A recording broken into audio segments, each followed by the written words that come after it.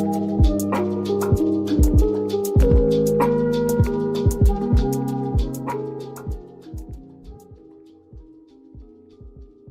Goyle. Gar, gar, gar. Goyle. Goyle, Goyle.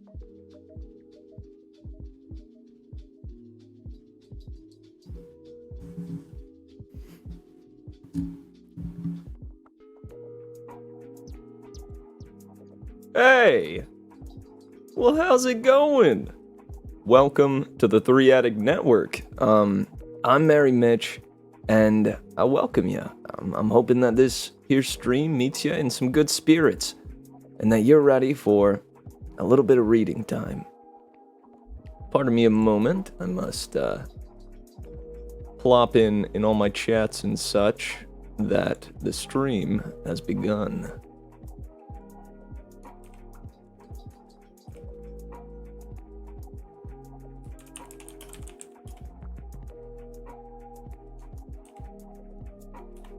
Alright, bloop. Popped it in there. Oh gosh. Bit of my tea spilt on my control key. Oh god. No worries. All good there. Plop it in the Three Addict chat. The art buds. The graveyard. And that's it. Alright. Sweet. So, how's it going? As I said, I'm merrymitch. We've got a good story lined up today. We're going to be finishing up Dragons of Tomorrow. Ought to be pretty good. Before that, though, let me update you a little bit on how I'm doing. I woke up feeling pretty darn good. Unexpectedly so. Last night, I went to work. I was coaching kiddos, teaching them how to do the flips and stuff. And amidst that, I just started feeling really yucky. I threw up in my mouth a bit somehow, and yeah, it just was a bit of a rough go. Was feeling just some general fatigue and some achiness in my bones. Unusual illness-esque things that are just not cool. I thankfully made it through the work, and in fact, the symptoms seemed to only get worse towards the end of it. So I was still able to keep up my energy and, be the encouraging and,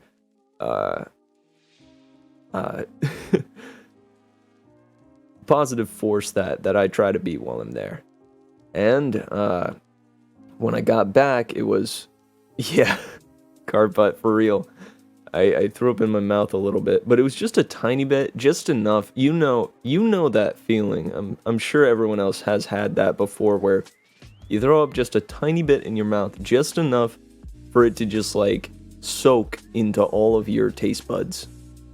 It's so bad. And in that moment, I just had to act as though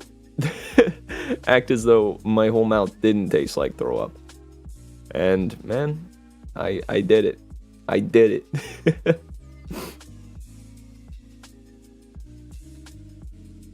Oh, right on, Remy. So you and Kingy will be switching back and forth? Good stuff.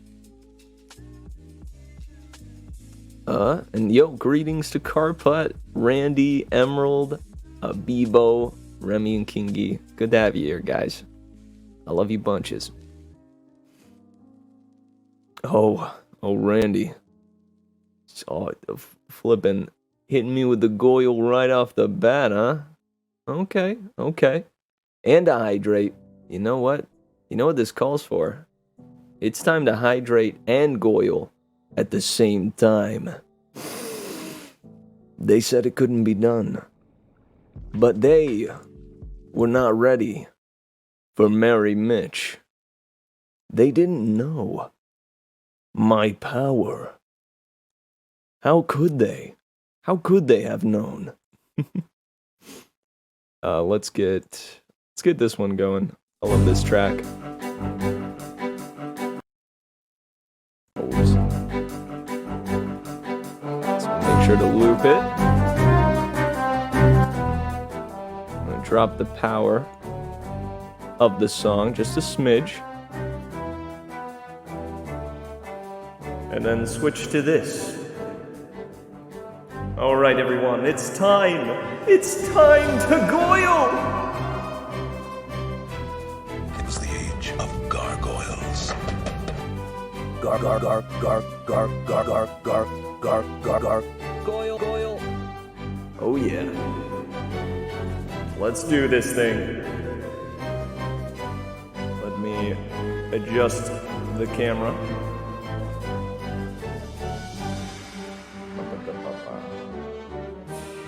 So that it is in prime goyle goiling setting. All right.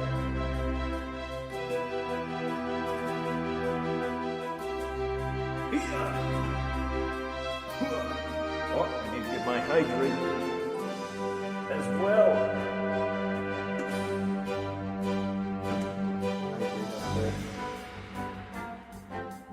It is accessible to me.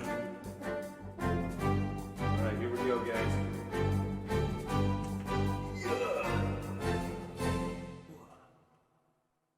Oh.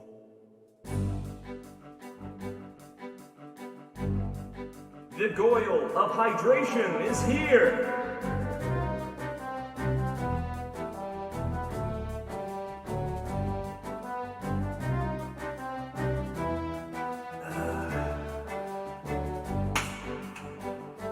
The goyle of hydration has taken in water and is now sufficiently hydrated, as you should be too. Remember to hydrate. This is your local goyle, reminding you to drink water. Alright, good stuff. Let's do a little peek.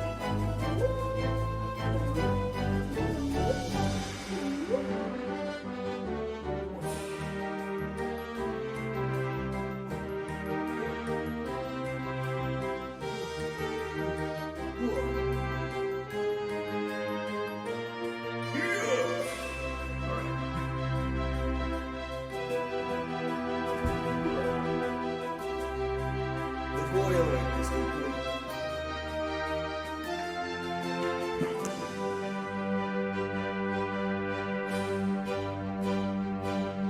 Alright, now it's time to do the rest of the stream like this. Alright, so back to the story. The air suddenly fills with a scent that reminds me of late summer roses, of fading petals, sweet, but dying. It pierces me with sadness. No, I'm kidding. Allow me to adjust the camera. Bring back up the mic and the dog.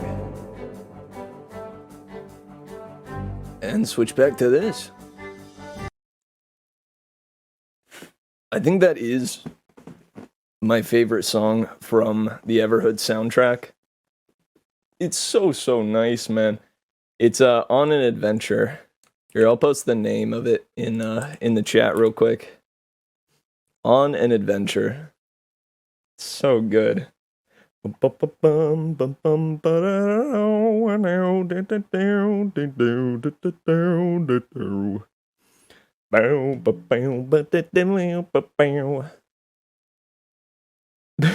Yeah. Yeah, and you know, I don't hold back. There's no reason to. For when one holds back, they take away from what might be. Stealing the mic stand friend idea? Heck yeah, Remy. Honestly, please do. It's pretty delightful. I have seen many streamers just kind of put stuff on their mic stands, and yeah, it's a good idea. Have a little fella there to keep both I and the stream company. All right. Now, to continue on with the little update on my goings-ons.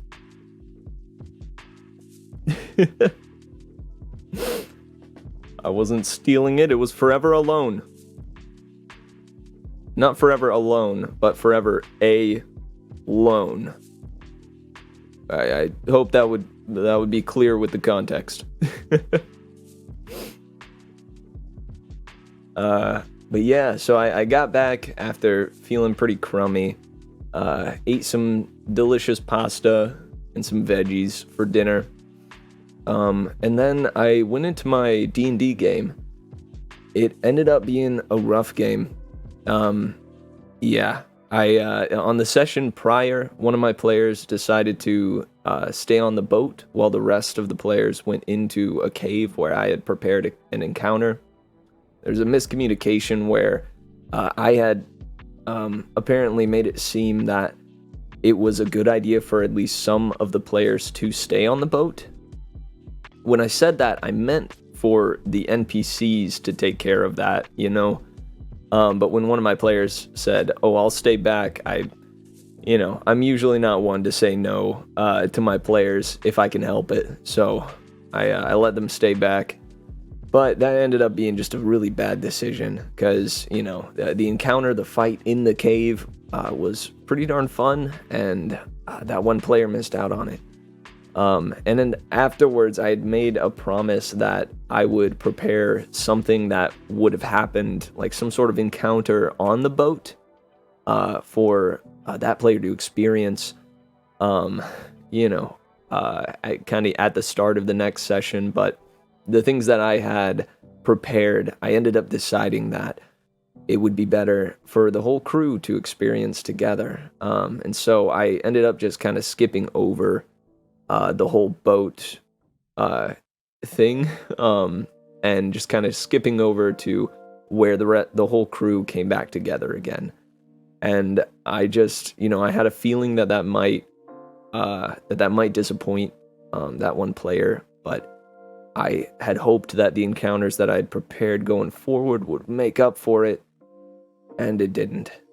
It ended up just being a really big disappointment to that player, and they left early, and we had to cut the session early as well. Really rough time. It's in those moments, though, that I tell myself, hey, there was a miscommunication. I did fail my player, specifically that one player in particular, and I simply promised myself that, hey, I'll do better the next time. I checked in with the player too, and most importantly, that player is my friend, so I wanted to make sure that they were okay. So I messaged them, got things all sorted, and next week it's gonna be better. So it was a bit of a rough time, but it was kind of cool because 4 of us, I and 3 of the players decided to stick around and hang out. We played Binding of Isaac, which I found out you can do flippin' multiplayer of Binding of Isaac. You can do up to 4 players in Binding of Isaac. I had no idea. And that's so good. So flippin', hey, if Spottier, if you end up in the stream today, for the last 30 minutes, I think I'll probably hop on a game, most likely Binding of Isaac. If anybody wants to join me, we can play up to 4 players. Pretty sweet, right?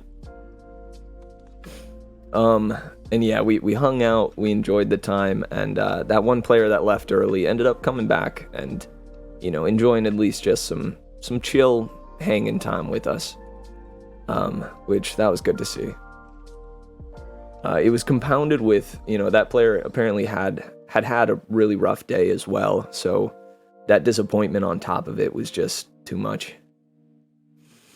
And yeah, guys, if I can offer any advice to DMs out there, communication is so important, especially in the midst of a game, right? A lot of times in the midst of the game, I know I myself have found this, I can get lost in it and be just overly focused on the game, the elements, the encounters, the story, the NPCs, all the various goings-ons that a DM keeps track of.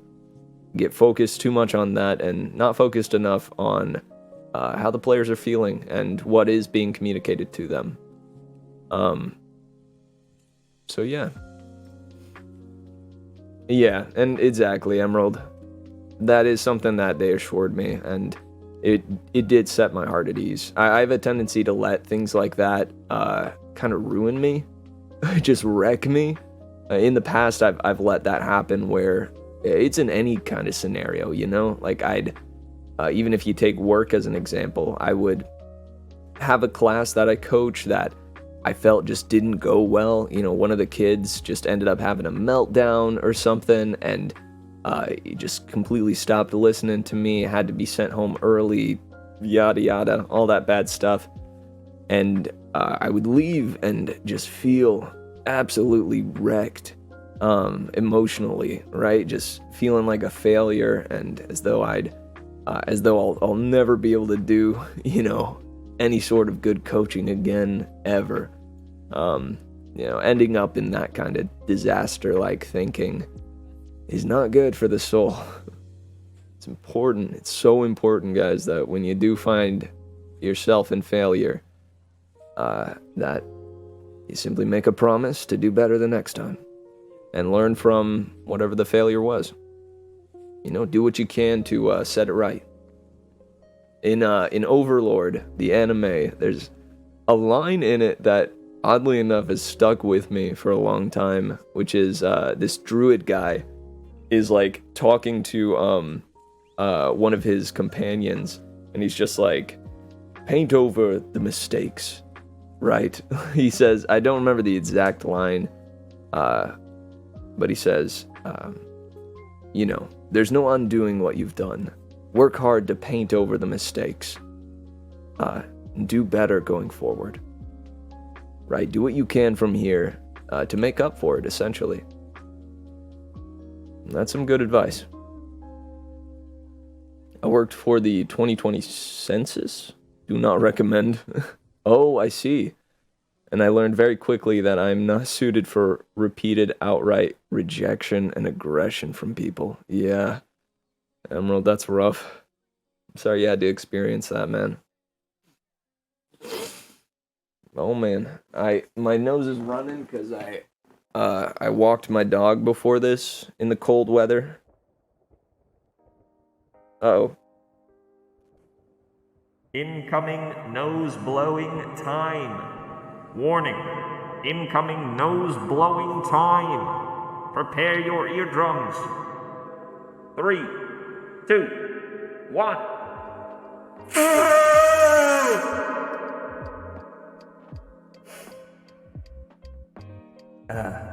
That's better. I promise I won't do that more than twice a stream. I promise. It would take it way harder than was warranted when people refused to talk to me. Yeah, it's not a fault, just something we should be aware of about ourselves. Yeah, for real. Absolutely. And I mean, that's something that I feel people can improve on, and I feel I've improved with as well, is the practice of experiencing that and knowing how to take it, how to move on from it. There's a story about 998 good bricks. The bricklayer is self-conscious of a few bad ones, but a guy compliments his wall because he only sees the product of all the work, not the mistakes. So there's 2 bad bricks in the wall. Nice. I like that. I love me a good metaphor. Also, I have brewed some delicious tea for today's stream. It is a mixture of like green, lemon, 4 other things that I don't remember. But it seems like it'll be a good one.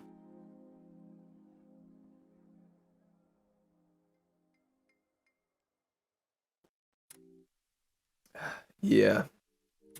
That's refreshing. The apple cinnamon one was pretty tasty, a little sweet, but was a little bit overwhelming with the taste, I think, towards the end. This one's refreshing.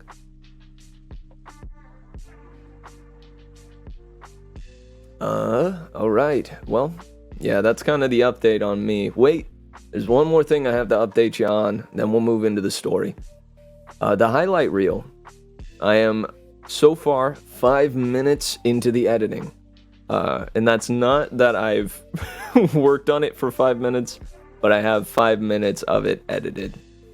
I put many hours into it, and I'm thinking that each highlight reel will either take 1 week or 2, depending on what kind of bits I want to go for with the highlight reel. Some bits could take longer than others to come to fruition, you know? So so far there's been two bits in there that I've taken ample time to to put together, and I'm thinking it'll rock your socks. So look out for it. As I said, I'm about 5 minutes into it, depending on the bits going forward that I want to include. It may or may not be Sunday or Tuesday that it comes out. New pixelated logo, but I don't love it. Testing it out today. I noticed that actually. I can dig it, Remy, honestly. It's it's simple. But I like what the pixelation does to it. If I am to be honest.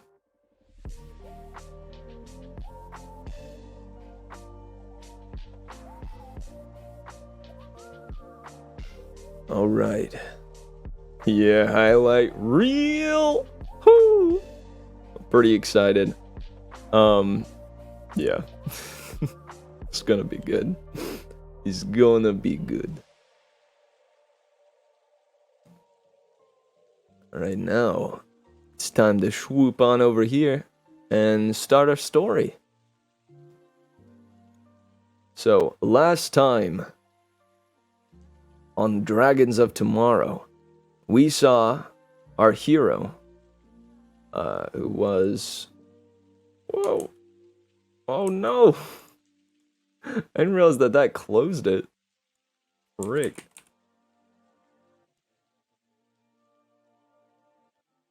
Well, nuts. I'm gonna have to find my place again. Sorry, guys.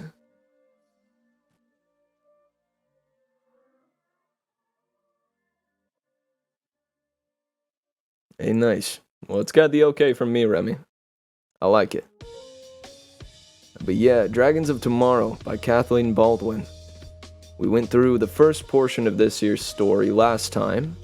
We saw our hero, Nora, right? A young lady who was kind of wandering through a field at the start of the story. It explained about these gods that constantly circle the heavens.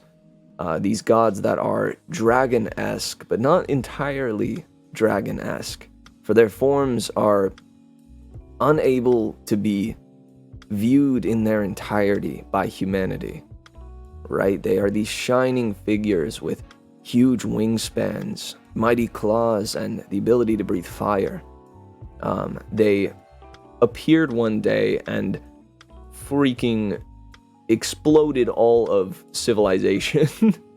They just saw the Empire State's building and were pissed. They saw the Empire State Building and were not having it.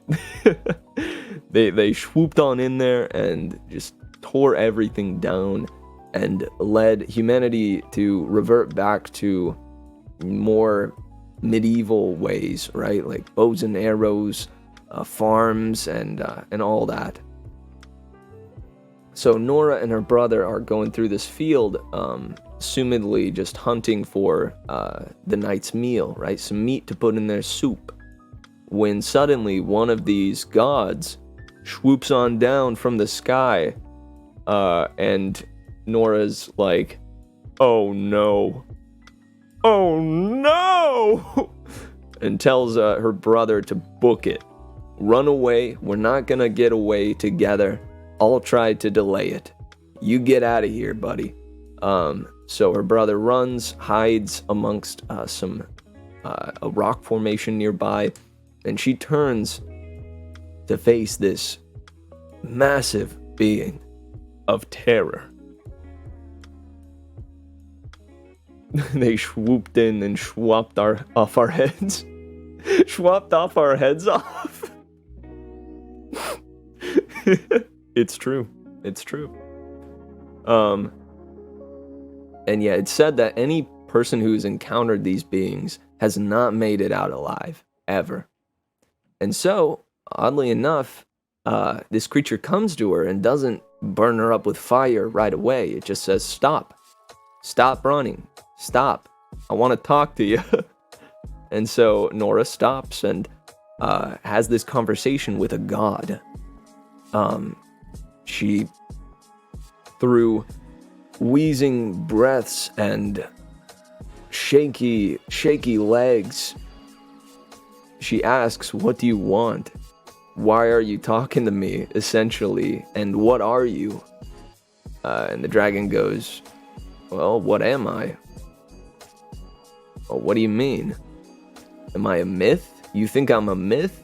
And so he just keeps asking questions that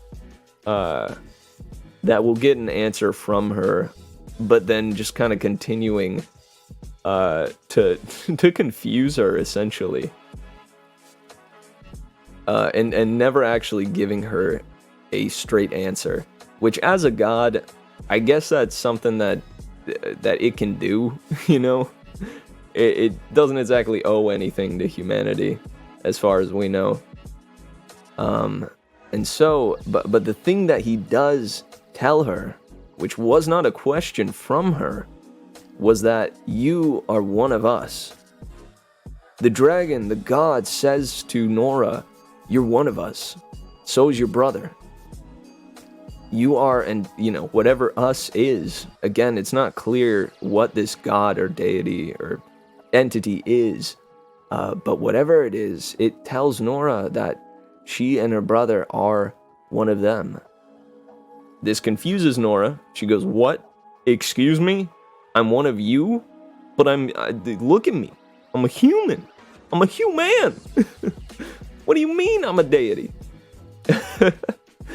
And it says, you're one of us because you know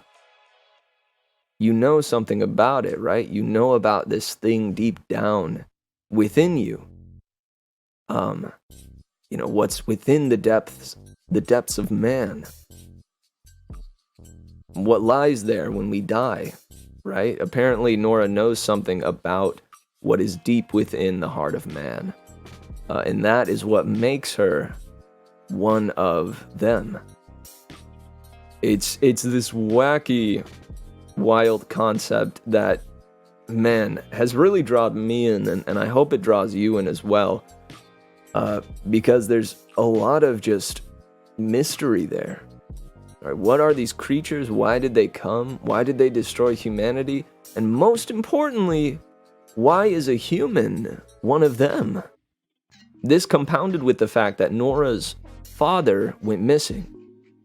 Right? He left one day and did not return. He went to go get the milk and didn't come back. And so, what happened when he left? What if her father was one of these beings? Is that the reason why she and her brother are one of them? Or is it simply because the race that circles the skies are simply humans that have been enlightened or something? I don't even know. But we come back into this story where Nora is keeping watch at night for, in this new post-apocalyptic, post-dragon, god wrecking everything world. There's only one law, and that's that you can't steal. If you steal something, then you die, right? You're allowed to be killed. There's not really anyone to truly see these laws through. Especially not where Nora and her family live. So they keep watch at night, right? And she puts an arrow into anybody that gets a little too close at night, to ward them off. Let's see. What have you guys been saying? Nice Star Trek reference. Oh, one should never look into the eyes of one's own gods. Kaiopaka. Nice. I didn't know that was Star Trek. Yeah, they have a weird pending period when you upload. I think they're checking for TOS violations. I think birds and bees and offensive symbols. I'm trying to watch my words here. Okay. Well, once you don't violate for 60 days, you get instant upload access. Okay. Any chance it'll be approved in time for my stream at 7? What's being approved? Sorry, I'm a little bit lost in the chat here. Remember when Call of Duty got in trouble for the imagery in their custom logos? Yeah. Maybe I'll check before I go to work, but that's at 3. Shoot. I see. Is there something that you're going to be playing that could be a little rocky? Oh, the walrus emote. Is there something wrong about the walrus emote, or are we just talking about like when we get more access to putting more emotes? Hey, let's go. Dark Souls 2, that's where she's from. The Deer Herald. I actually know nothing about that character, the Emerald Herald. What does she do in that game?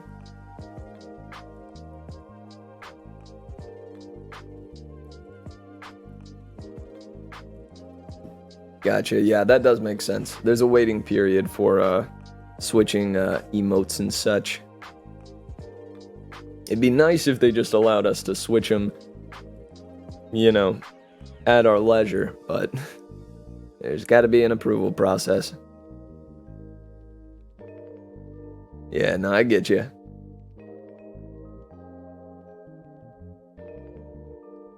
Well, all right.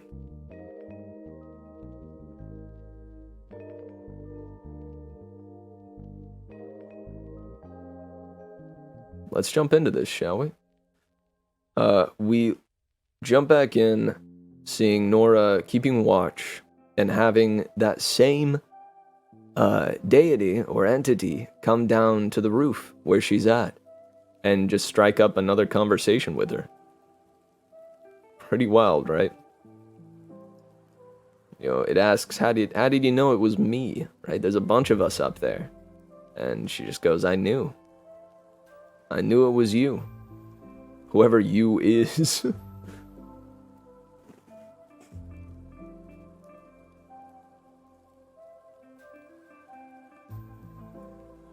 Alright, hold up.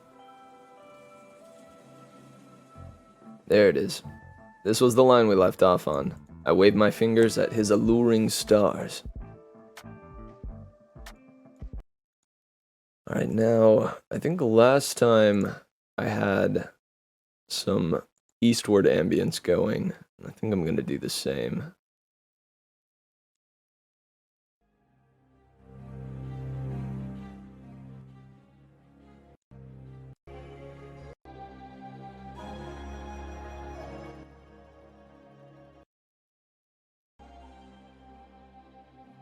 Yeah, I'm down with this track.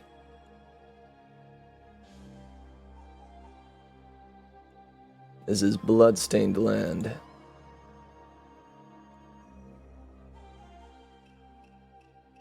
Alright.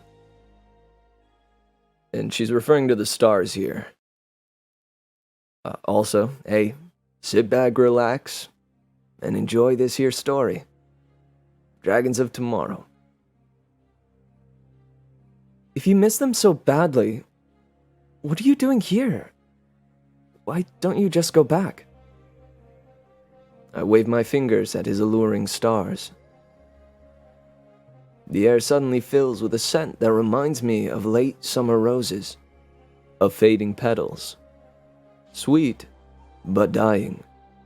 It pierces me with sadness. I turn to him.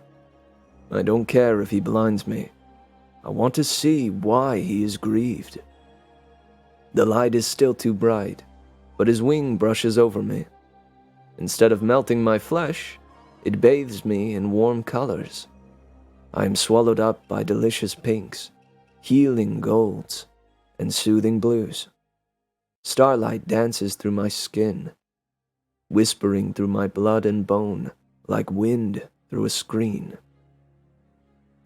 He folds back his wing, leaving me, and instantly I feel abandoned. As if he has ripped away the one good thing in all the universe. I am left cold, alone.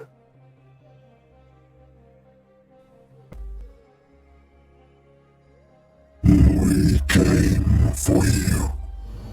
We came for you.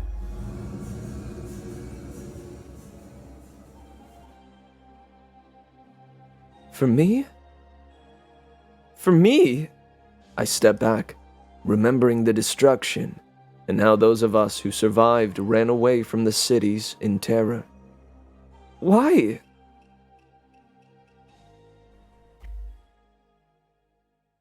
We do not abandon our own.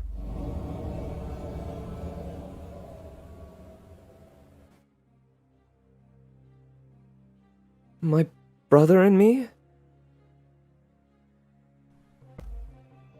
And others. We watch over you.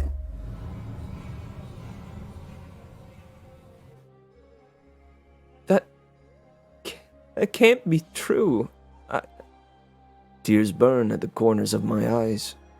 I don't understand any of this. I have not cried since my father left us. I never cry. And yet, I feel hot moisture trailing down my cheeks. You're lying! You're not here for me! You're not here for any of us! You made our lives harder. We were happier before you came. Things were better then. Were they? Were they?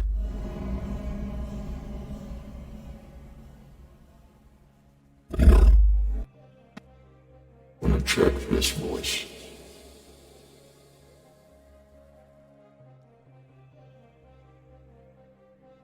How about this? Were they? That's a bit better. Bring down that level. Turn up the volume. Nice. Turn down the ghosts a bit. What is craziness? Oh, I see. Yeah, we can turn that down. We can turn that down as well. Bring it up a little bit.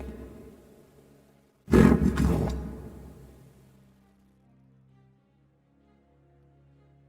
Okay. Were they? Were they? Yeah, I get the picture bit. What is deep dream? That slider does nothing. Okay.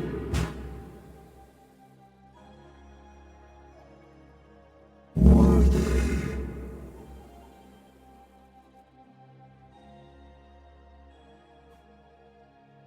Yes! Yes!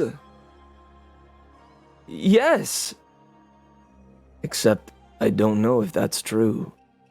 I can't remember much about life before the dragons came. I was only 5. Wind chafes my cheeks, rustling my cloak, making it flap. I'm grateful he doesn't roar or shake the house, even though I can tell I've annoyed him. All right, I don't really know if it was better. I confess.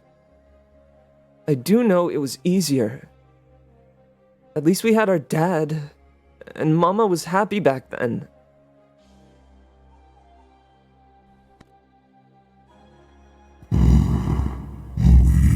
Dispersed your cities, burnt off the corruption, and put an end to the tools humans used to destroy each other.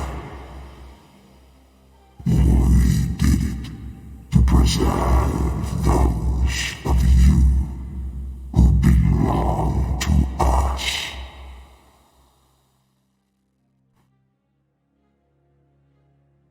Three more dragons circle above us. I worry they might arc down and carry me away. If you're here because of me and Robbie, you can turn around and go back where you came from. Leave us alone. I don't need you. So go away. None of us need you.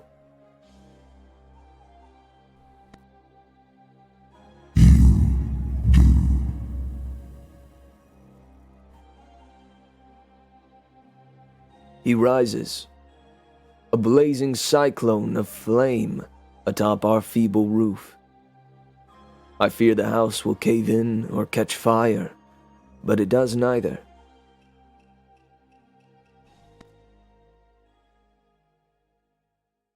It is not good for our kind to be apart. You are part of our clan. I only joined your Clash of Clans group because of the ad I saw in my YouTube video. So leave me alone! No, I'm just kidding. I'm just kidding.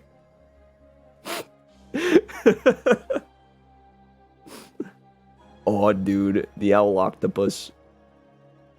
I love that, Remy. I love that to death. Your clan doesn't need me, I insist. But do I?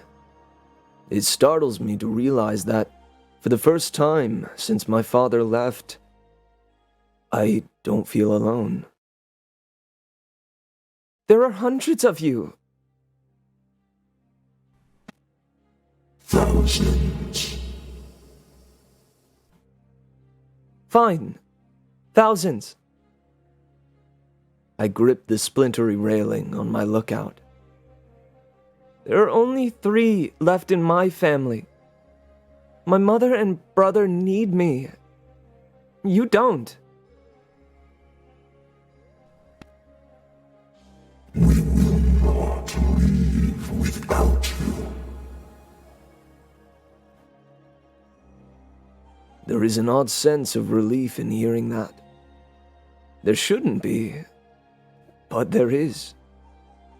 I will never be entirely alone.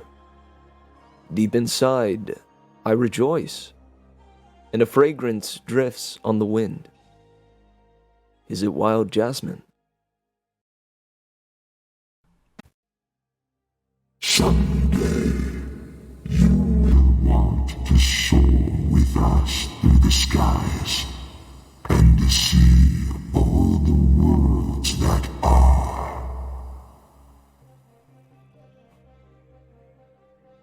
Yes, but On that day, you will come with us.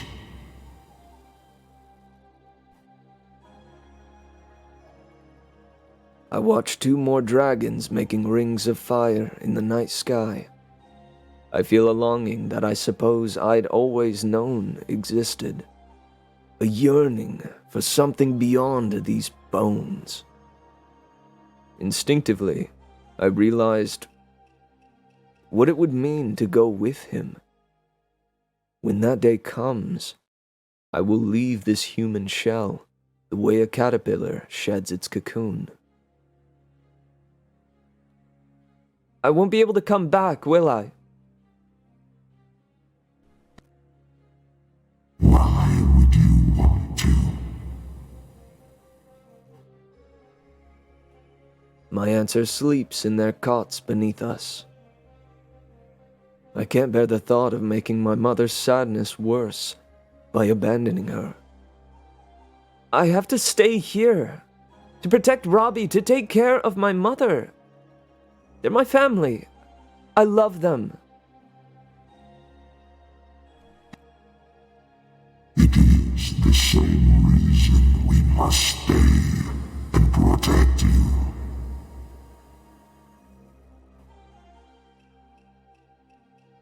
He hovers in the air above me, and already I miss his nearness. The moment I admit this to myself, strings of brilliant, fiery gold starlight shoot between us. I look past him, to the other dragons circling our earth and soaring amongst the stars. Why hadn't I seen it before? Cords of fire lace. Cords of fire lace the vast darkness, connecting all of us. I am one of them.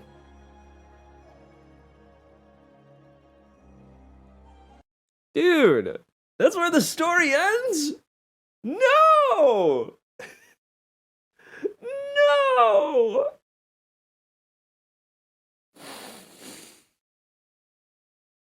I want to know more, dude. What a fascinating story. Indeed.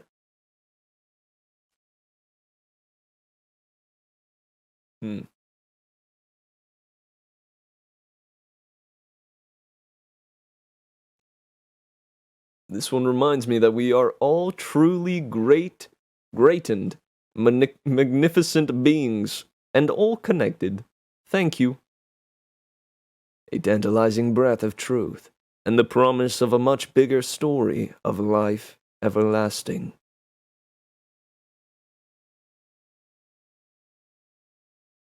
I wish for a not dragon to give me hope. What? So you wish for anything other than a dragon to give you hope? I guess this story is one thing that could. Yeah, man, it left us with so many questions. It's like a first chapter. I hope you write more dragons. I do too. Genuinely. Spellbinding as your work always is. Yeah. Man. What a fascinating setting, too. Would you guys do it? Would you guys go into the stars, see all the worlds that are out there to see if given the chance? If it meant you had to leave everything behind and never return? Would you go? Would you heed the dragon's call?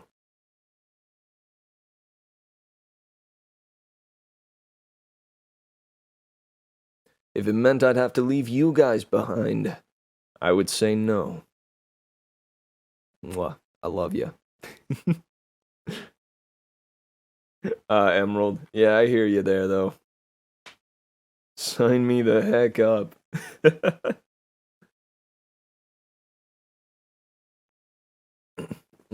Without a doubt. Well, I do love the way this lady writes. Let's see if she's got any other stories.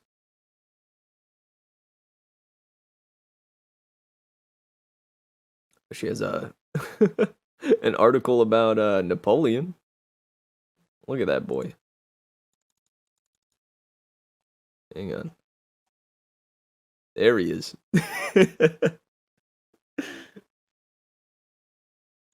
Welcome to the Chilling with Napoleon segment. Napoleon, how's it going, mate? How have you been? It's been a while. We haven't caught up in some time, but it's good to have you on the show.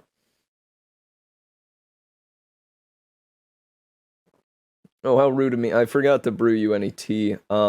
I can go downstairs real quick to get you some if you're interested. However, you'll need a very large cup, it would seem.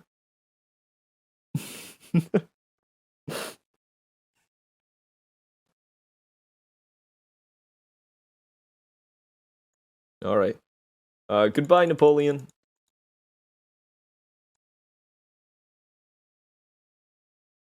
Oh, we have Hal's Moving Castle here. Yeah, I think Dragons of Tomorrow is the only one. Oh, and it does say it's a standalone story. That means there's none others set within that world. Chicka. Not cool. Not cool. Come on, Kathleen. We need more. I need more, at least.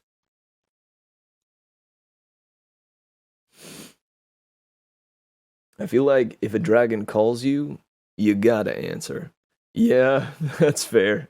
I mean, it does have the ability to simply melt you into nothing but a fine goo, if you will. Transformation and transcendence? I'll take 2, thank you. 2 of each, actually. Can I transcend twice? Or what if, would you rather transcend and have that be all, or would you rather be in a constant state of transcendence? Or is the constant state of transcendence what it means to be transcended?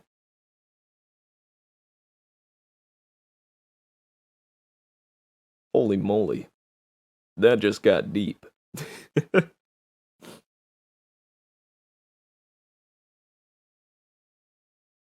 Well, we definitely have time to start at least one more story.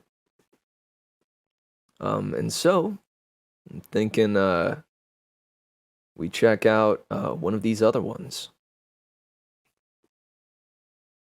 Last time I had one of the options as When Gods and Vampires Roamed Miami, because I must say, with a title like that, it's hard not to be interested.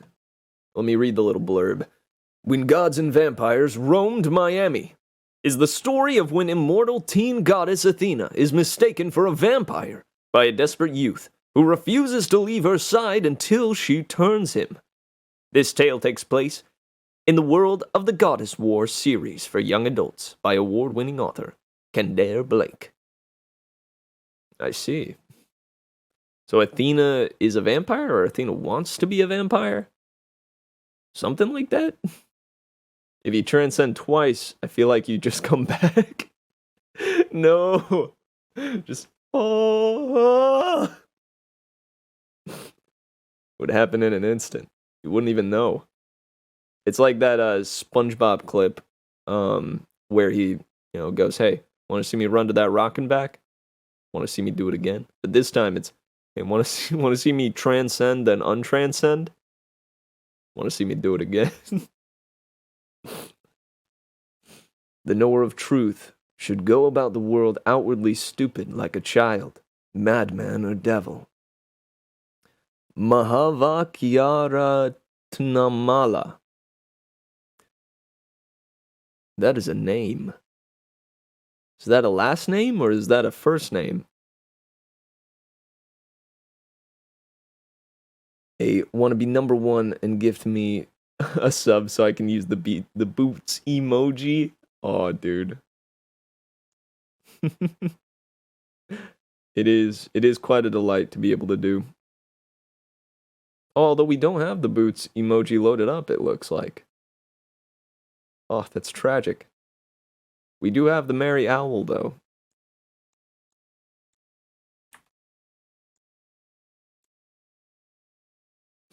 I know. I hate to break the news to you, Finer, but alas, we are bootsless.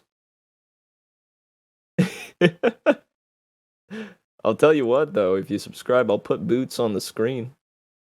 Huh? Huh?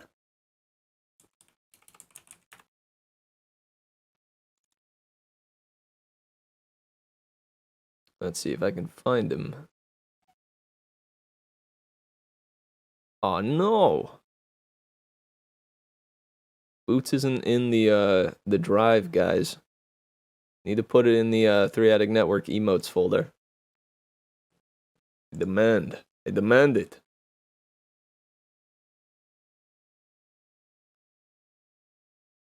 Unless I can save it from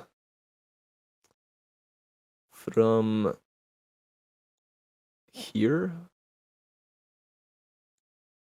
Like if I send it in the Discord, can I save it as an image? I can. Let's go. Let's go. Boots, no cats. Wait, but there is a cat. Oh no. No, it didn't work. It didn't save it as an image. It saved it as... What did it even save as? Text file? Nuts. I thought this was the way.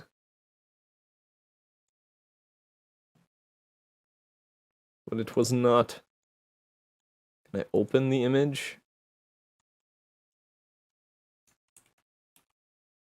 I can! Yes! I've done it! Let's go. I found a way, guys. I found a way. Now it's time for the Boots segment of the stream. Boots, how you doing, bud? It's been a while, and it's good to have you on the show.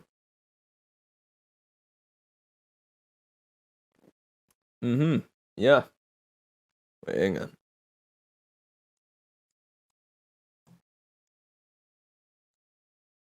Let me see if... go with this. So, tell me, if you had the chance to transcend Boots, would you? Okay, is that a no or a yes? A little hard to tell. Whoa, okay. Okay, Boots, I get it. I get it, dude, jeez. Man, you think you know a guy. You think you know a cat. All right, Boots, well, hey, it's been good having you on the show. I'll see you next time, okay? Yeah, okay. Gosh. I swear, man. He's a feisty fella, that Boots.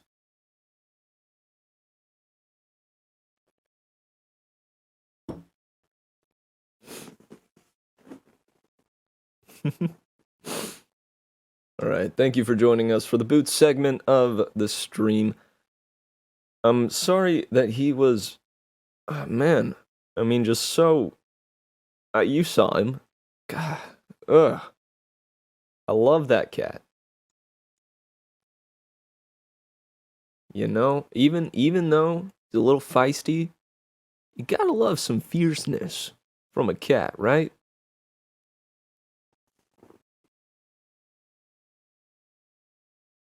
Alright, let's see. We've read Heroes of the 5 Points. Friends Till the End. Looks like a bit of a serious one. Noma Girl. Doppel. Nothing to Fear. We read Bridge of Snow. That one was pretty slick. The Rain is a Lie. It is slightly raining today. Maybe a story about rain, yeah? Let's see. In Arras, space and time aren't ideas. They are tangible substances, woven together by beautiful girls into the very fabric of reality. The looms that create Arras are as controlled as the spinsters who work them, ensuring a near idyllic world for the average citizen. But at what price? As an election approaches, a surprise weather forecast and a mysterious stranger hint that not all is what it seems. And a young boy learns that in Arras, nothing can be trusted, not even memories. The Rain is a Lie is an original story set in the world of Jennifer Albin's Cruel. The next book in the series, Altered, is available October 29th. Seems pretty intriguing. It's actually frighteningly similar to my own homebrewed world for my D&D campaign. My D&D campaigns. In that world, it's thankfully it's at least a little bit different. It only holds the similarity in the creation of the world, where for me it's not many spinsters, but there's one in velvet and within the seam, as it's called. The seamstress sewed together the fabric of reality. Took time and space and wove it together. That idea is the same. I knew I wasn't the first one to come up with it. That's okay. Kind of cool to see that, honestly. We got Jake and the Other Girl, an apocalypse story. That's always cool. Serena don't trust many humans. Rachel is one of them. Very cool. Very cool. Do Not Touch seemed kind of cool as well.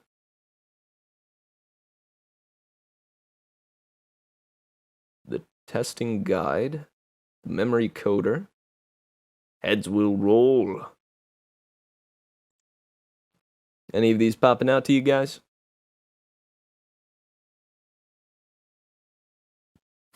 Men Who Wish to Drown. Whew. A story about mermaids. Yo.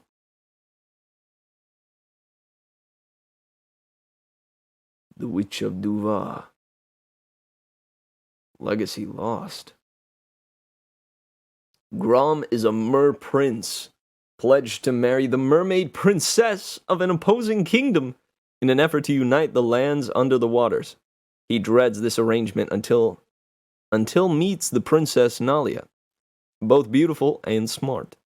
She's everything he ever wanted, but just when their connection grows deeper, tragedy strikes.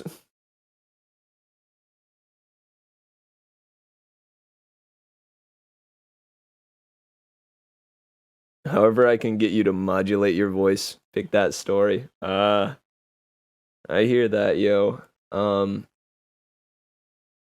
Let's see this one. Enjoy this new original story.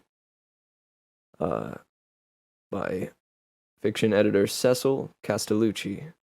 Didn't we read another of his stories? Hang on. This one do have a dragon on the cover. That's an easy way to pull me in.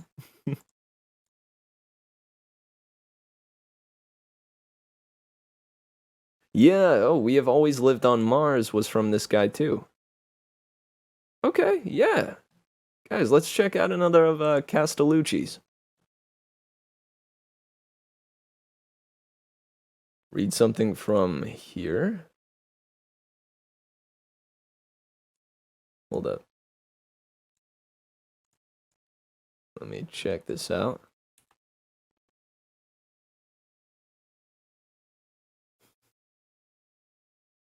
What?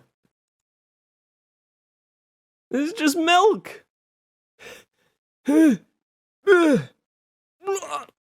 No! You know I'm allergic to dairy. If my eyes see milk, I die.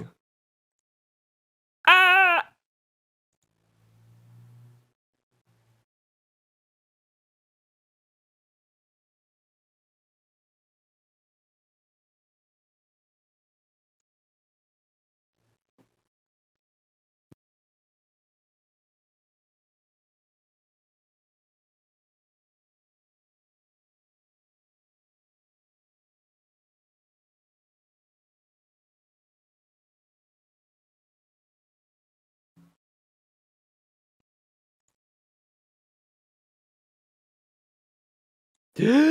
Oh, I'm back. I managed to inject myself with enzymes, and I am better now. But hang on, alright, let's look at the reviews for this milk. Alright, we'll check this out real quick. This is for Tuscan Dairy. Whole milk. My wife gave birth to our firstborn in a bathtub filled with Tuscan whole milk. She felt no pain at any stage. He is now 5 years old and completing his PhD in quantum biomechanics. Gaia's milk be blessed. Came upon the glory. This is my story. Coming down from sleep, I look upon my clock and see 3 a.m. Parched from a 6-hour sleep, I walk downstairs to the kitchen.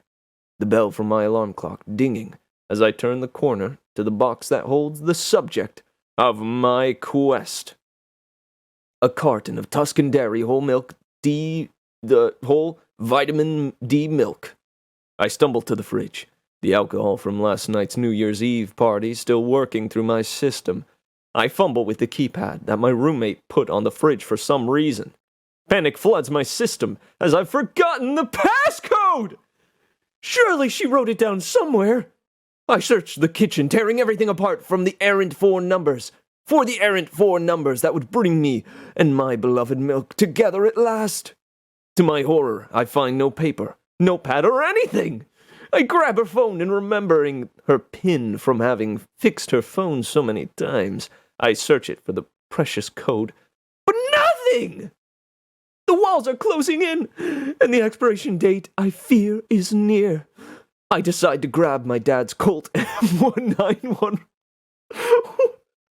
and simply blow the lock off. I find the bullets next to my bed, and after making sure my roommate is asleep, I load the pistol and take aim. I fire, the deafening roar of the gunshot. I'm sure waking up the surrounding neighborhood, but I didn't care. The lock making a soft sound as the door opens, and I throw it the rest of the way to reveal my treasure. My roommate is in the kitchen screaming that I woke up half the town, but I didn't care. All I cared about was the delicious taste of Tuscan Dairy whole milk. I don't know when I'll be let out of prison, but when I am out, I will get more. And maybe, some cereal to go with it. Yeah, that's helpful. Thank you, Leon. This is a fine milk, but the product line appears to be limited in available colors. I could only find the white. Right.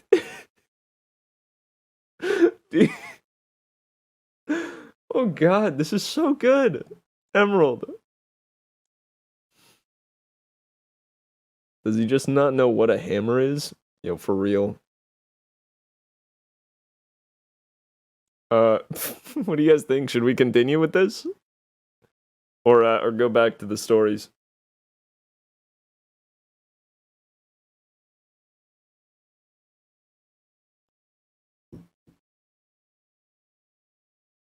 I will say, Emerald, these are beyond my expectations.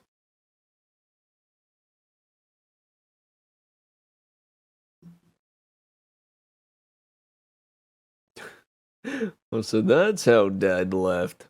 I knew I heard a bang one night. Huh. Yeah, dude. Happens all the time, right?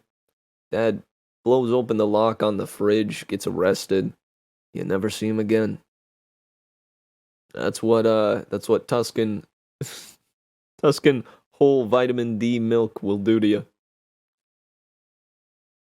Wants to know if you are aware of the Omegaverse. Oh, yes, I am. I am, in fact.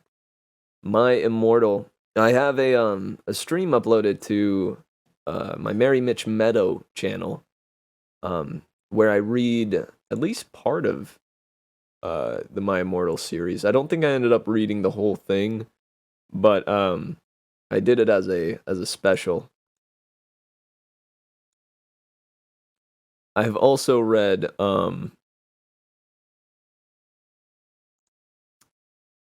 the Sonic High School fanfiction as well. Oh, it is. I mean, it's a classic at this point. The Omegaverse is a classic. The one that I haven't checked out yet is that one that's based on the Super Smash Bros. Brawl Subspace Emissary.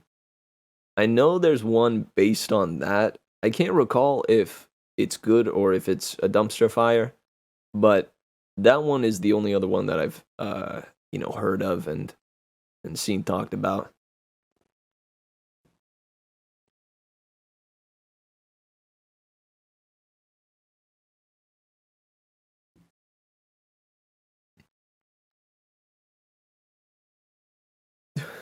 Gosh, how many of these are there? Next page, bro.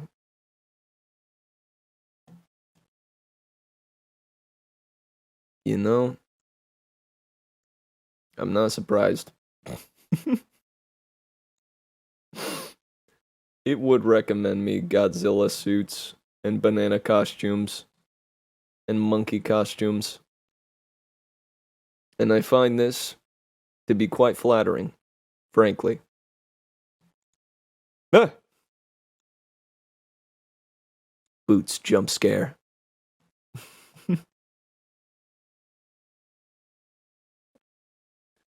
Seems like there are hundreds of angst teen authors writing these stories. There's an app called Dream that's full of werewolf stories. Werewolves are pretty cool. I remember writing a tale when I was younger all about a were chihuahua. I'm gonna let that sink in.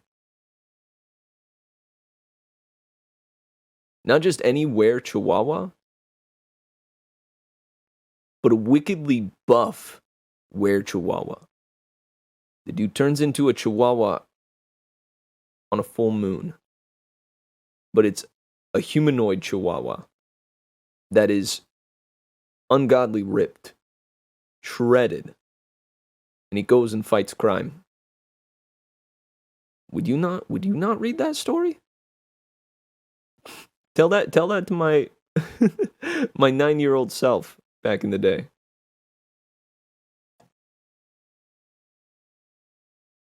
There's so much high school werewolf smut. Yeah, I don't doubt that. I do not doubt that. Man, if I could find that were chihuahua story, that would be the day.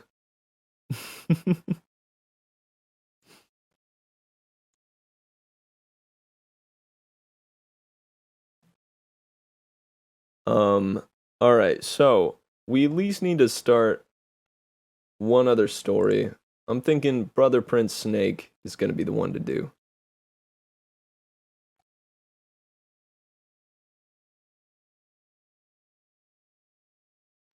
So, guys, if you will, let's not be sidetracked any longer. But let us, well, actually, I encourage you to sit back and relax and enjoy this here midday story. Let me check real quick to see what kind of ambience we need. Show me my son, says the queen. So this is set in a royal castle at first. There's a witch. Nice.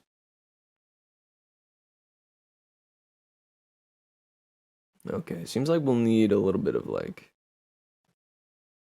kind of spooky ambience to start. No, not space. No, not that one. Let's see, what do we have in the foreboding playlist?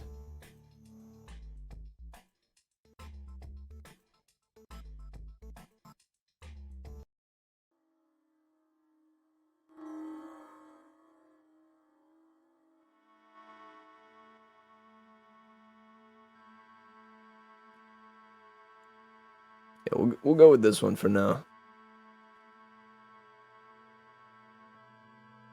Yeah, Bebo.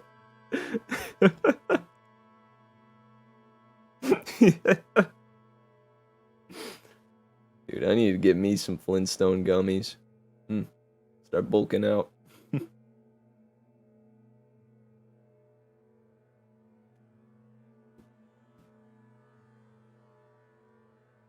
Am I aware that Howl's Moving Castle is a 3-book series? You're joking. I absolutely adore that movie. I didn't realize that they were put into books. Or rather, that they came from books, right? Which way was it? Books first or books after?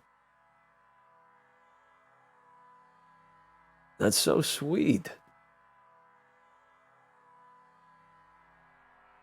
Thank you, Bean. I appreciate that. I'll be looking into that for sure. Yeah, I'm gonna look it up right now, actually. Yeah, a novel by Diana. Diana Wynne Jones. She wrote Castle in the Air, too? That came from a book as well? What? Oh my gosh, the cover for it. Hang on, guys. Let me show you this cover.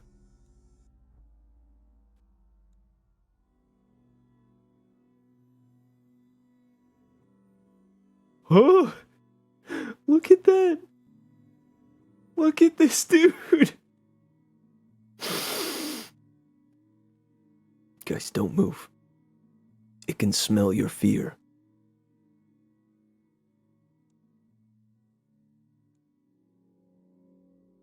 What is this thing? I see that must be the Scarecrow Prince guy. Right?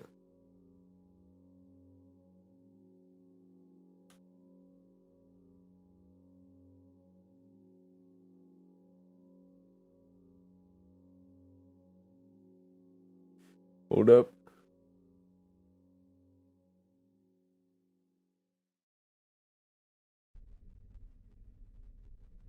Apologies, but dude, this does look kind of fantastic. That's calciferol? Or oh, that's calcifer! What?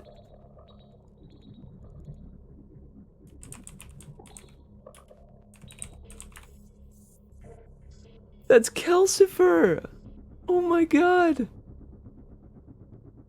He's had a glow up.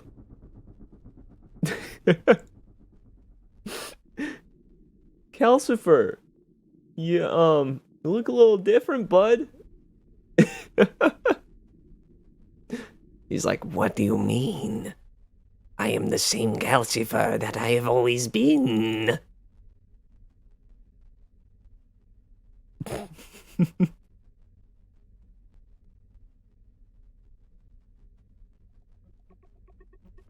my gosh.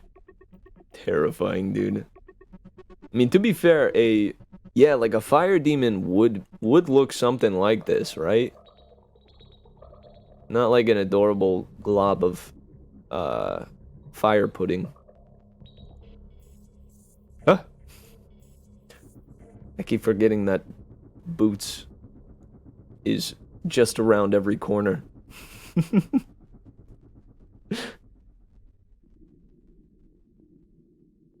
All right, guys. Let's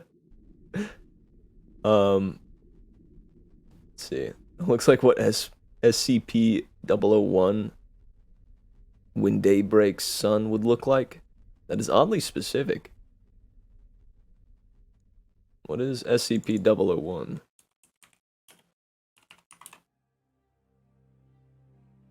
Oh, snap. I see. He's like an angel, kinda?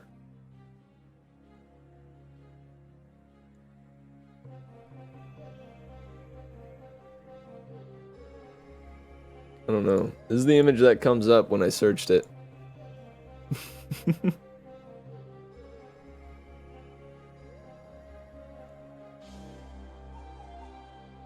Yeah, that's if you can see SCP-001's face.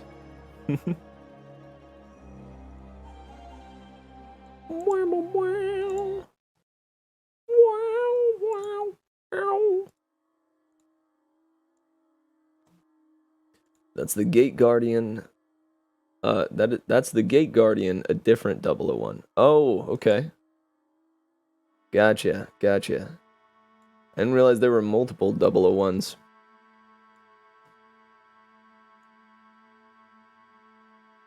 What if 006, like SCP-006, is just James Bond? James Bond has been an SCP this whole time. We didn't even know it.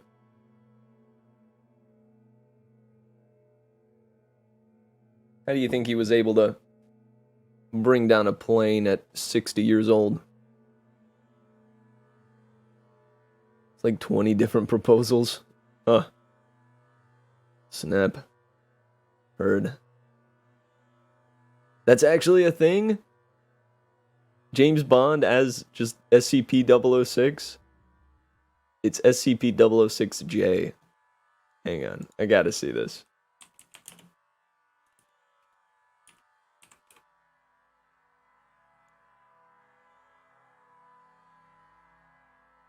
.006J. 006J is a collection of insectoid creatures that researchers agree are scary as balls. We're pretty sure it's mimetic, but we're sure as hell not going near these things. I think I saw a stinger on one. Oh, this isn't James Bond. This is Bugs. And not the bunny. Oh, I see. It would be kind of funny, though, if James Bond was just a bunch of bugs, like, in a suit. Like 1000 Ant-Man.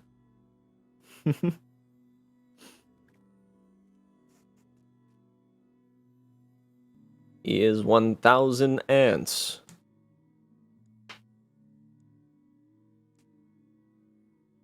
SD Locke's proposal, SCP Foundation copy-paste that and click on the first link. Oh. Okay. Let's check it out.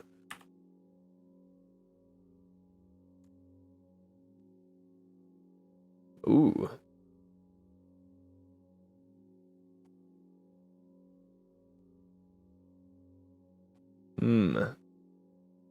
Seems like a fair amount to get into. I'll tell you what. Let's not get too sidetracked on today's stream. Come Sunday, I say we look into some SCPs.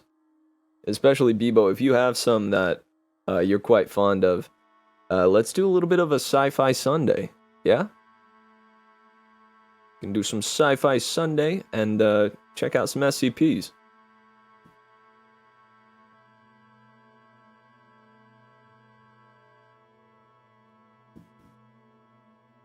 But for now, let's go ahead and get back into this here story. I'm gonna get some tabletop audio. Just go with Castle.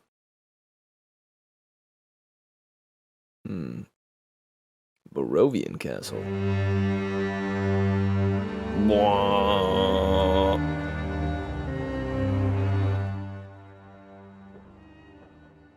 Yeah, I'm down with this. Now, sit back and relax. And get ready for this here midday story. This is Brother, Prince, Snake by Cecil Castellucci. When I was born, the last of triplet brothers, the midwife nearly threw me away, until she heard me cry. My wail must have sounded pathetic and small and distasteful, just like I was. But it didn't matter. It did the trick. It kept me alive. "Show me my son," The queen, my mother, demanded, and she took me into her arms. She looked into my yellow eyes and considered my scaly, yellow-green skin, and then placed a kiss on my forehead. Mwah.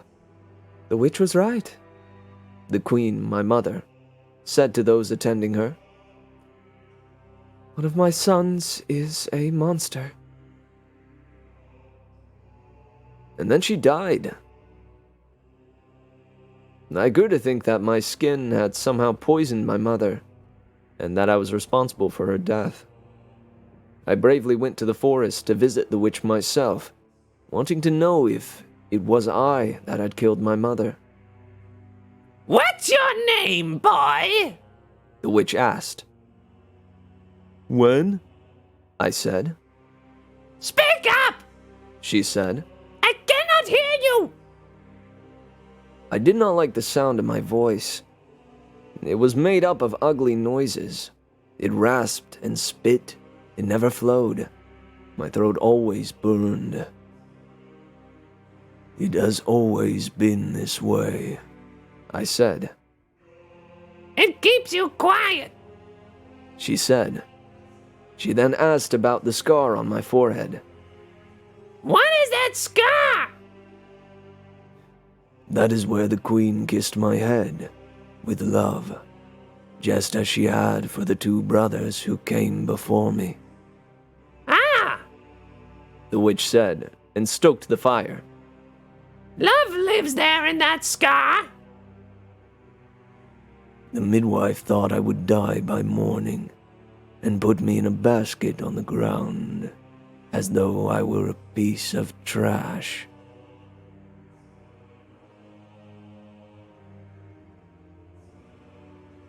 But it was the queen who died in the night, the witch said. And me, as strange and ugly a thing as I am, lived. I told her that one of her boys would be a monster. The witch said. The queen, your mother, thought it fair price for my spell. What is a kingdom with no king? No heir? Your mother asked. I told her that if she took the 3 roses and lay them under the night of the full moon, she would finally conceive a child. One of her sons would be a monster. One of them would become a great king. She brewed some tea. The fire crackled. Afraid to ask the question I had come to ask, I passed the time by showing the witch my tiny wings and how far my jaw unhinged. She seemed unimpressed with those things. So tell me then, Wen. Are you here to ask me for a spell of your own? Some men are just born monsters. I knew that my cursed form could not be changed. There were many things that I longed for, mostly to be a boy, like my brothers. I did not know if I was up to the task of living my life as a monster, but that was too large a wish, and I could only think of one thing that could be cured by a witch's magic. I do not like the sound of my voice, I said. She turned her back on me. Then do not speak! Only sing! She said. Then she laughed in such a way that rattled my bones, and I ran away. For though I was a monster, I was a coward, too.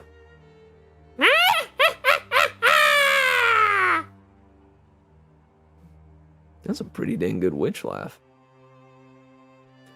My brothers grew to be fine boys. Landric, the oldest, was poised to become king. He was generous with his heart, open with his mind, and fair with his judgment. Atten, the second brother, was exceedingly charming, absolutely brilliant, and a master at games. But I had not grown more likable. I only grew more terrifying. I was moody, dark, and frightening.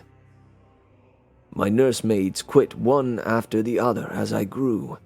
My scaly skin, my tiny wings, my yellow eyes, and my long talon were unsettling. I was cold to the touch, like a snake. My jaw could now open to fit around the head of a person. No one liked to be near me. My father rejected me, and my brothers ignored me. My private tutors taught with their backs turned to me, too disturbed by my yellow stare. When I snuck away to town, the streets emptied, and while my brothers caught the eyes of girls, I only made them feel faint.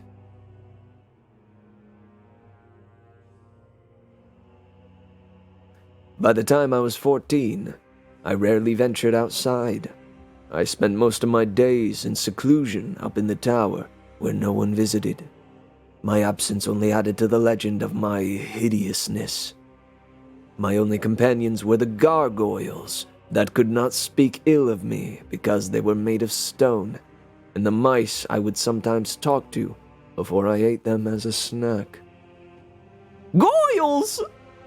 Ho! Let's go! We found them, boys! We found them! Let me see the goyles in the chat. Hold up. Goyle, goyle, goyle, goyle, goyle, goyle, goyle, goyle, goyle. It was the age of gargoyles.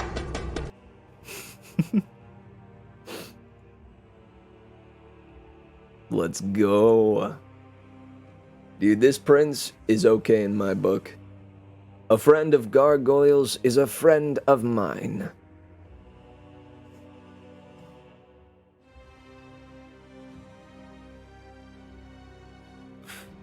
Oop. At night, I would perch on the ledge of my tower window and stare at the lands that stretched outside of the castle. And then my eyes would drift up to stare at the night stars, and when I saw their beauty, my scar would itch. I would touch my one piece of human skin and wonder how anyone could ever have loved a wretch like me, even for a second, to place a kiss on my head. My chest was heavy with loneliness, and I would sit alone in the tower and read. I entertained myself with mysteries. I kept my mind sharp with science and philosophy, and I indulged myself in books for children, where dragons were rampant. I looked more like a snake with wings, but I knew I must be some kind of dragon. I told myself that those dragons did not read as I could. I reminded myself nightly that I had been born a man. I found comfort in the dark of the night, and the pale light of the moon, and the sound of the songs that I sang aloud to myself to help me fall asleep.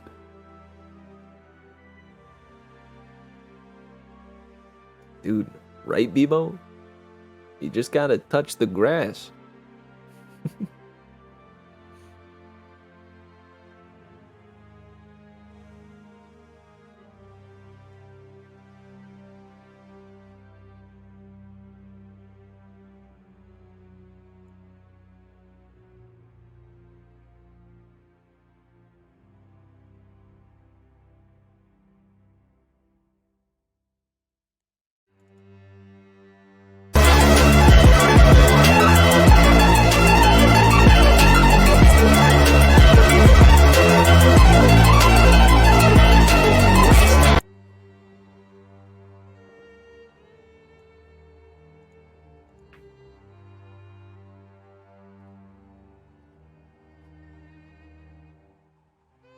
Hang on.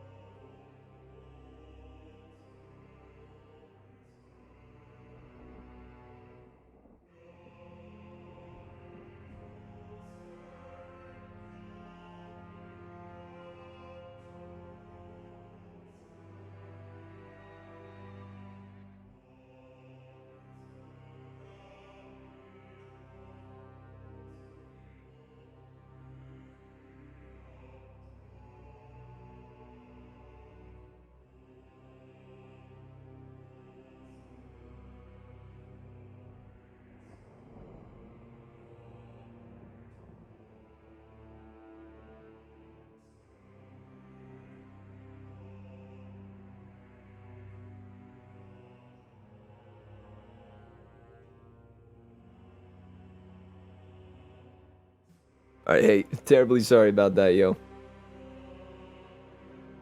It was a referral from my doctor.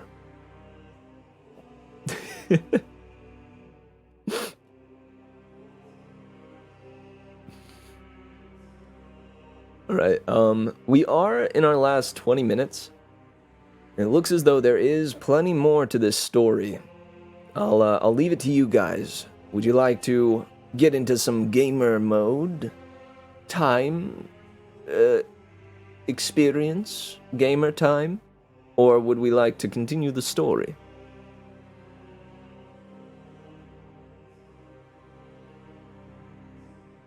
I'll leave it to you, chat.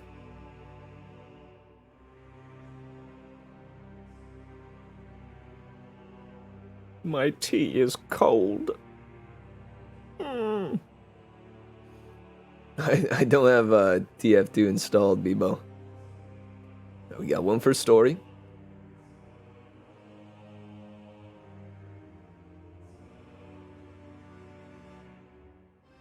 This one is pretty darn fun so far. Not gonna lie.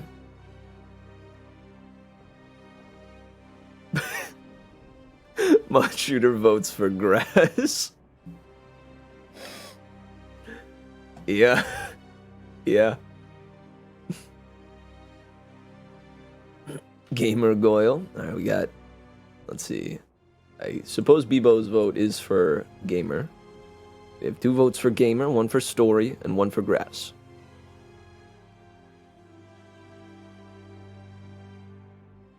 We have 2 for grass. Bebo has changed his vote. Or kitchen stream. What would that entail? I can't exactly bring my kitchen up here. I'm sorry.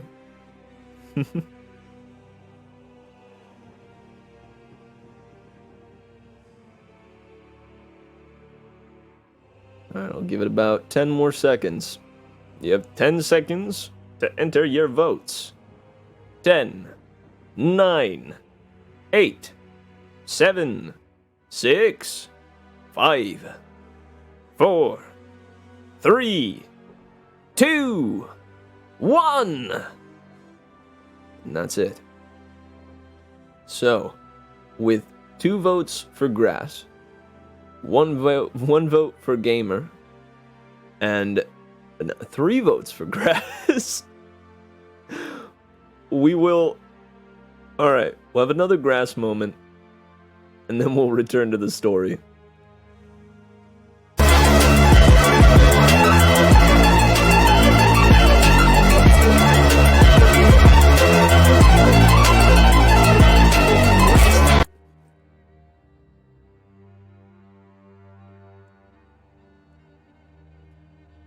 Guys, don't forget to touch grass.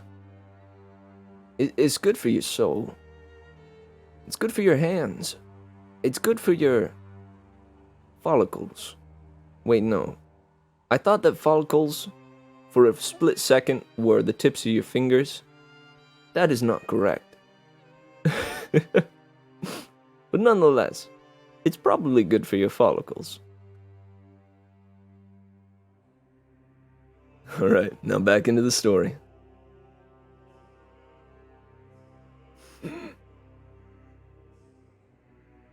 I can't, Bebo. I can't leave you all. Not yet. Not yet. Alright, let's see. The witch was right about my voice. While no one could stand the sight of me or the sound of my voice when I spoke, even I was calm. I was calm when I sang, and if I closed my eyes when I sang, I felt like a man. One day, a visiting king came to the castle to bring a dispute to my father.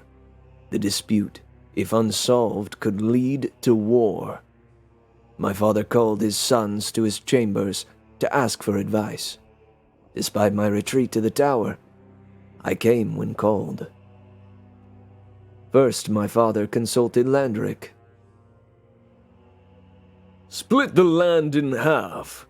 No one man should have more than the other, Landric said. Our father waved Landric away and turned to Atten. "Hey, marry the daughter, demand all the land for a dowry," Atten said. Our father waved Atten away. I stepped forward, ready to give my advice. "I did not call for your advice." I did not call for your advice. My father, the king, said. You're not a son, but a snake! War came that fall. Like good princes, my brothers set out to do battle for our kingdom. I followed them. In the tent before the night of the battle, Atten, with his gift for strategy, lay out a plan. Landric. Oh, Atten. Hey, Landric will ride out in the first wave. I'll be right behind you, ready to send in reinforcements. And what shall I do? I asked. Stay out of the way, Atten said. I retired to a cave that I found close to the camp and kept company with my old friends. Darkness, songs, the moon. The morning of the battle came. My brothers rode out into battle. Prince Landric first, Prince Atten right behind him. Prince Atten returned to camp smeared with the blood of our brother. Prince Landric was overwhelmed by the number of enemies and no reinforcements came. He died in my arms, Atten said. But Atten did not weep for Landric. Instead, he made plans for the next day's battle.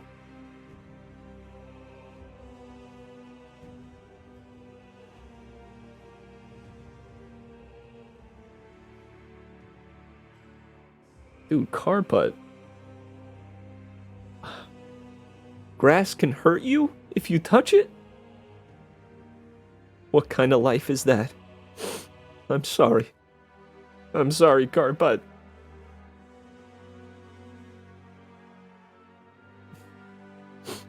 I wiped the tear. Atten rode out the next day, once again instructing me to stay behind. Stay here if you know what's good for you, Wen, Atten said. I watched from the mouth of my cave as Atten addressed the troops. I felt helpless through the sadness I felt at the loss of Landric. Now I am alone, with no brother! He shouted to the troops. We must slay those who murdered him! I am your brother, I said, running to his side. Let me help to avenge Landric's death. You are a snake, Atten said as he rode away. A useless snake! I looked at my yellow-green skin and knew that though I felt like a man, and though we were born from the same mother, I had never been considered a true brother. I spent the morning in my cave worrying about Atten. Though I was a snake, I had a heart, and I had love for my brothers, even though they rejected me. When I could stand the lack of battle news no longer, I rushed out of the cave, tore off my jacket, and used my tiny wings to get to the battlefield as quickly as possible. I had never flown before. The sun was warm on my face. My wings, though small, felt powerful. I could see people below me, dotting the landscape. They were all looking up. They were all pointing at me. I was a wonder. When I arrived, I saw Atten on a hill with his men, and I saw the enemy's army was on the hill below. They were all eating a leisurely lunch in their separate camps. Neither army looked as though it was preparing for a push into the field to do battle. I rose up over the hill, spreading my wings as large as they would go. I flew down upon the enemy. I was angry that they had killed Landric. Smoke and fire poured out of my mouth. I scorched the land. The enemy soldiers were horrified, and those who survived ran away. We have won! I shouted, landing next to my brother on the hill. I told you to stay out of the way! Adden shouted. His men, those who would have been sent in on the first wave, cheered me. They called me their savior. Hang on, what's going on in the chat?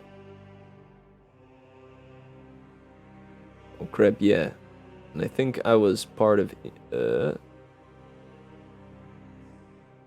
I will say, there was one time when I was younger, when I went out, I followed my brother and sister out into this, like, super tall, grassy field, because we were hanging with our cousins, I think.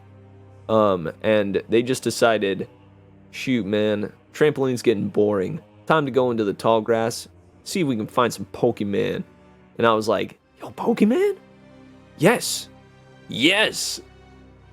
And so, we go out into the super tall grass, we look around, we putz about for a bit, and then we come back, because, you know, it's time to leave, we gotta go take a family photo, and my legs, not but 30 minutes after I waded through the tall grass, were beet red. Beet red and itchy as heck. One of the worst experiences, dude. Awful. Why Mother Nature trying to hurt us? What did we ever do to her? Lol. LOL. What haven't we done to Mother Nature? I know, right, Remy? That's what I'm saying. Honestly, I nearly didn't go with him. I was like, Pokemon is great, but come on. This trampoline isn't grassy.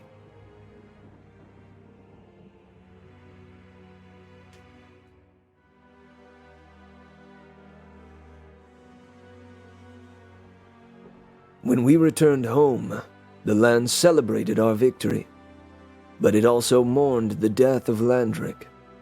The people commended Atten for using such a fearsome creature as me in his battle plan, and even my father greeted me with honor and commissioned a statue of me. The people told tales of my ferociousness. Atten took all the credit for our win, even though he had told me to stay away from the battlefield. Despite our victory, our father was despondent. Atten, you are my only son, but a king must always have a spare for an heir. I must find a wife and have more sons. I am the spare. I said, I too am your son. It is not that you are not a son to me, the king explained. It's that you are not human. You are a lindworm, a snake, and though we know you, we do not recognize you. We do not recognize you. It hurt me deeply. I knew that I was different from everyone else, and though my nostrils snorted smoke and my talons were sharp, it was my family's indifference that cut me. I kept myself in check and retreated to my turret and sank into a deep melancholy, with only my songs to comfort me. They liked me better as a story than as a living thing. Every kingdom, frightened of my father's power, with a creature like me as a son, sent a young lady to court to be presented to my father as a wife. Princesses from the sky, the sea, the mountains, the desert, even the moon came to try to win the hand of my father. They were all curious about me, but I never joined the parties. I listened to the music from the darkness of my tower.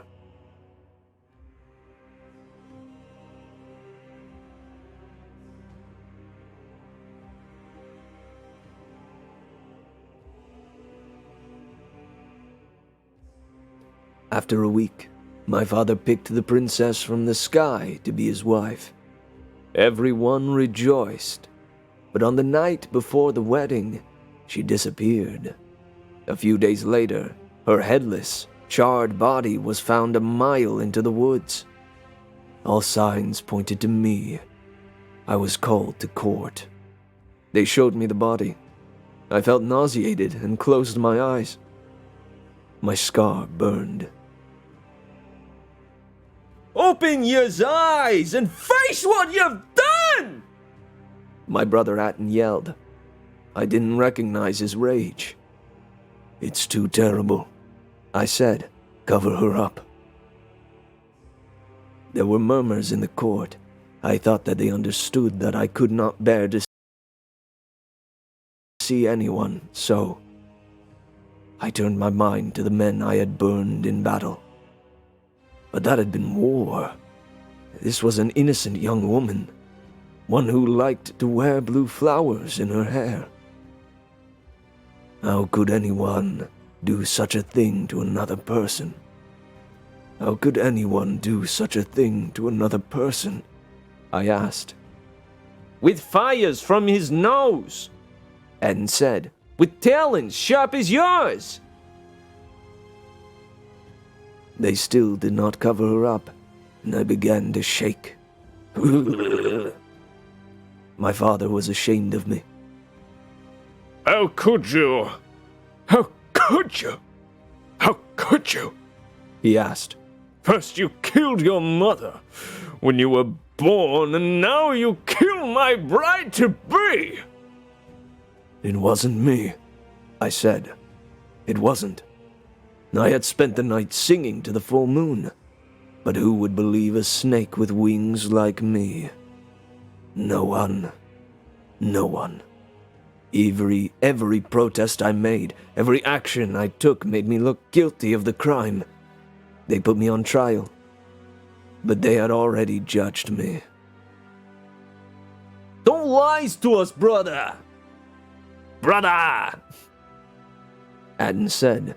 He took the back of his sword and smashed my face. I did not bleed, except for the place where the lip-shaped pink scar rested on my forehead. It hurt for a week.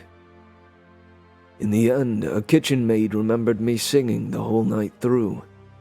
She said it kept her awake long enough for her to finish her chores. I was exonerated, but all were suspicious of me. I crawled back to my tower. From there, I watched as my father grew old and frail from the troubles. But he was determined to sire a spare heir, and so he picked another princess, this one from the desert. The night before they were to be wed, she too was found charred and headless. This time there was no trial. The people tore down the statue in my honor and called for my blood. My brother came and locked me in the tower, once my sanctuary, now my prison.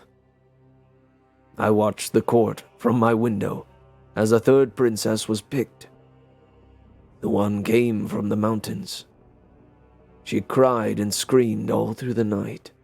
In the morning she was dead from fright. This too was blamed on me. My father grew weaker. He grew frail. He lost his will, and finally he died. I mourned.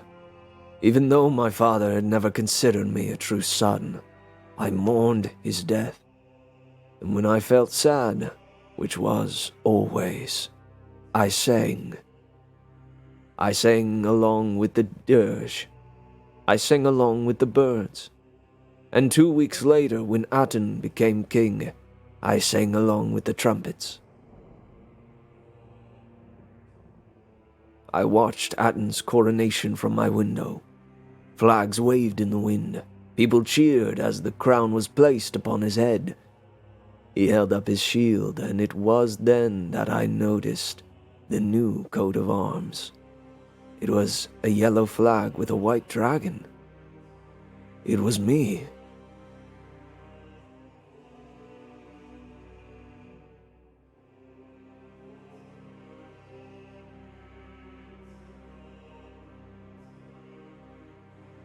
Yo, Calcifer?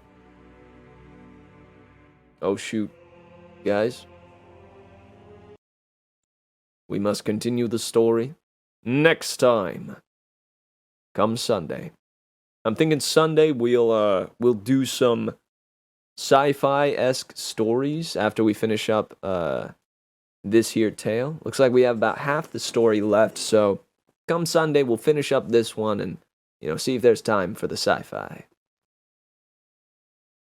But yeah, this was a heck of a fun time, guys.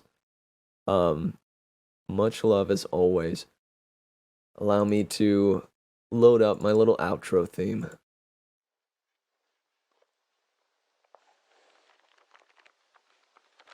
Whoa. Alright. Guys, I hope you had fun today, as I did. Remember to go out today, touch some grass. Trust me, the grass will enjoy it, as will you. I intend to do the same, so please remember, make yourself some tea too. That's a genuine request. Tea is delicious, and it's good for you. It's good for the soul. And guys, remember to take the merriment that we've found here together today. Let it set you at ease as you go forward with your goings-ons, and let it carry you into tomorrow. Remember to love yourself first, so you might love others next. And I'll see you in the next one. Say hey to Couch for me, guys, and enjoy some Everhood. I love you bunches, and I'll catch you come Sunday. Till then, I've been Merry Mitch. See you later.